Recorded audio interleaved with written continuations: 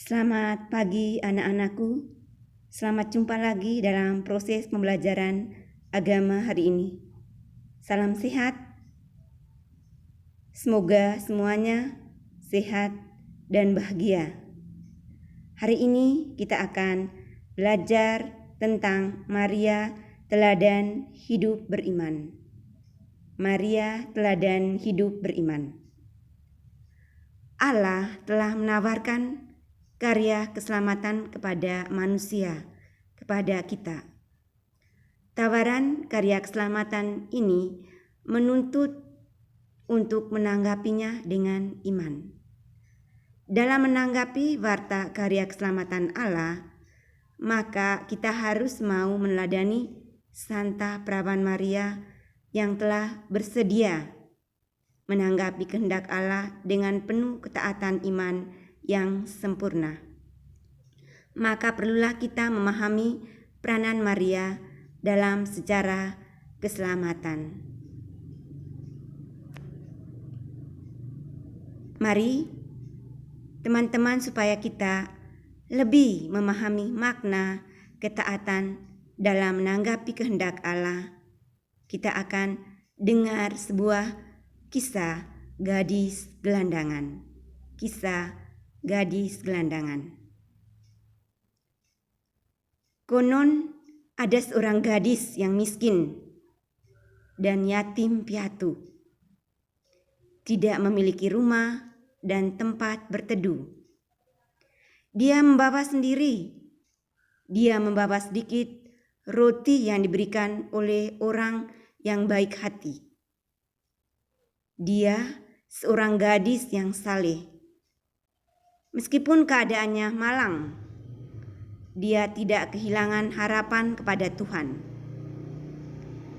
Dia berjumpa dengan seorang pria miskin yang berkata kepadanya, "Berilah saya roti, saya sangat lapar." Gadis itu memberikan seluruh roti yang dibawanya kepada orang itu. "Semoga Tuhan memberkati ini untukmu," katanya. Ketika meninggalkan pria miskin itu, kemudian dia bertemu dengan seorang anak yang mengeluh. "Hawa di sini sangat dingin dan saya tidak punya topi. Berilah saya sesuatu untuk menutup kepalaku." Gadis itu pun memberikan topinya kepada anak itu.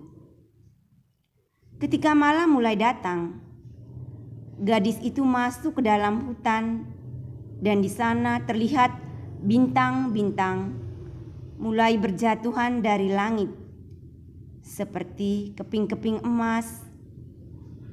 Awan putih turun menyelimutinya. Dan hutan itu seperti berubah menjadi taman Firdaus.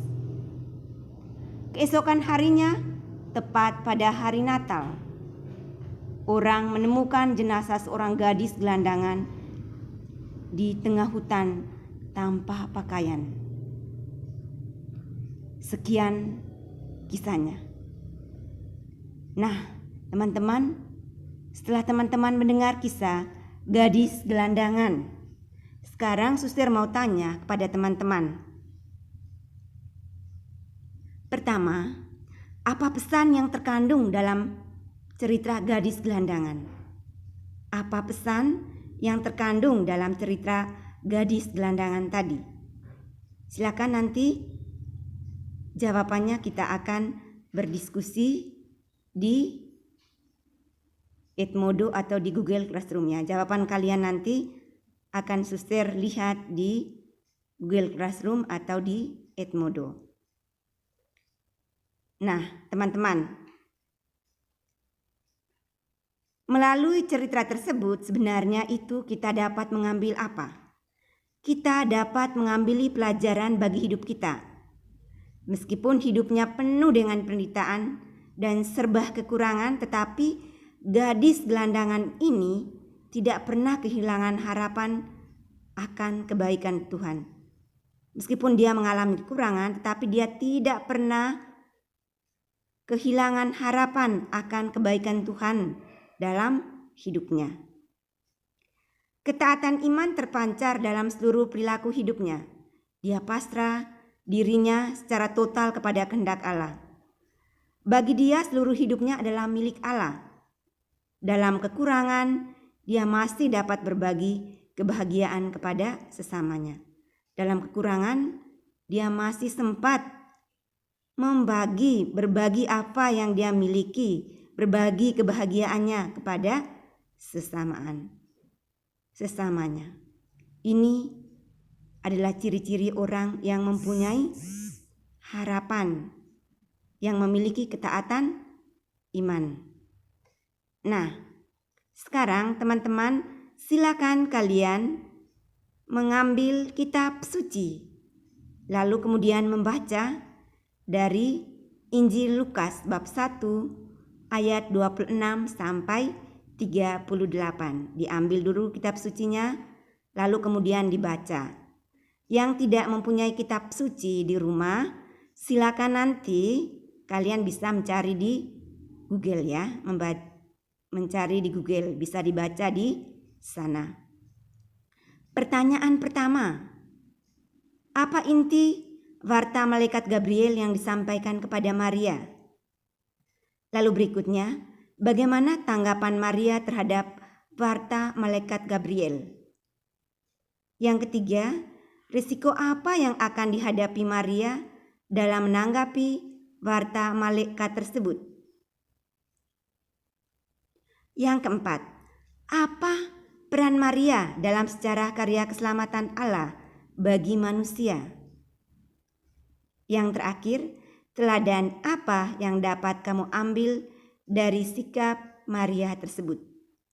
Teladan apa yang dapat kamu ambil dari sikap Maria tersebut?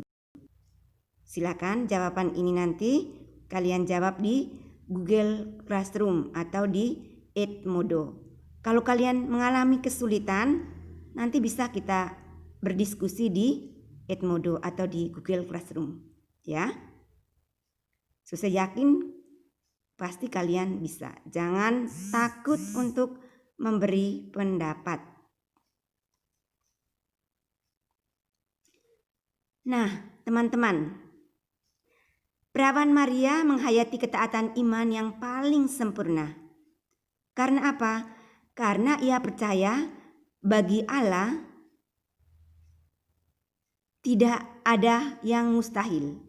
Karena dia percaya bahwa bagi Allah tidak ada yang mustahil. Maka ia menerima pemberitahuan dan janji yang disampaikan oleh malaikat dengan penuh iman dan memberikan persetujuannya.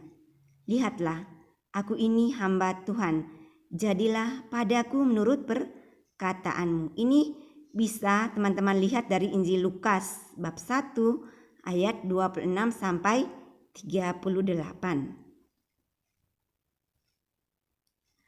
Dengan sepenuh hati yang tak terhambat oleh dosa manapun, ia memeluk kehendak Allah yang menyelamatkan dan membaktikan diri seutuhnya sebagai hamba Tuhan kepada pribadi serta karya putranya untuk di bawah dia dan beserta dia, serta mengabdikan diri kepada misteri penebusan berkat rahmat Allah yang Maha Kuasa.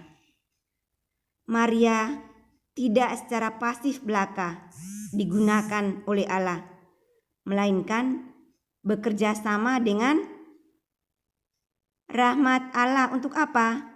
Untuk keselamatan umat manusia. Dengan iman serta keputusan Maria yang bebas. Dengan penuh iman serta keputusan Maria yang bebas.